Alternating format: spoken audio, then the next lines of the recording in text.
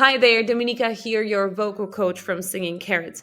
In this video, I want to explain to you another feature here in our pitch training game. The yellow, blue, and gray note names that you can see on the bottom of the page here and what they mean. So first of all, on the bottom of the page, you can see note names that span from octave 2, D2, all the way to octave 6, C sharp 6. So you might have noticed that some of them have different colors. We have orange, blue, and gray. The orange note names mark the boundaries of your vocal range. When you see them, it means you're reaching the highest or lowest notes that are comfortable for your voice. This helps you stay within a safe range and avoid straining your voice. The gray areas show you notes that are outside of your range. And the blue ones represent your range, which we have saved from your vocal range test. Now, if you want to change what happens when you're doing our exercises and when you're hitting that lowest or highest note, you can change that in the settings. In our settings, you have a couple options. The first one is limit practice to my range. When this one is on, you will stop on your lowest note and you will stop on your highest note.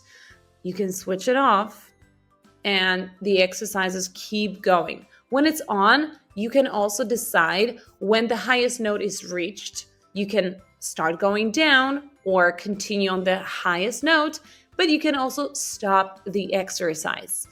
If you want to challenge yourself, you can also change the lowest or the highest note by picking one from the drop-down menu.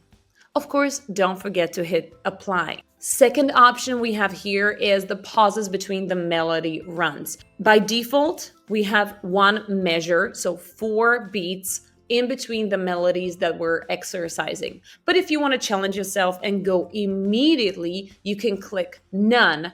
So from one melody, you're going to go straight into the next one without any waiting time. If you need more time between melodies, you can also select 2 measures, and that way you're going to get 8 beats, 8 counts in between 2 melodies. And lastly, we have also an option to change the sound of our piano.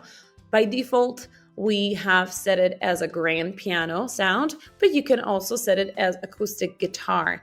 If you sing with guitar a lot and you want to get acquainted with the sound of guitar and being able to reproduce it, feel free to select acoustic guitar and hit apply. Our settings are a great way to personalize your practice even more and make sure you're training safely while improving your vocal skills. Give it a try and see what works best for you. Keep singing.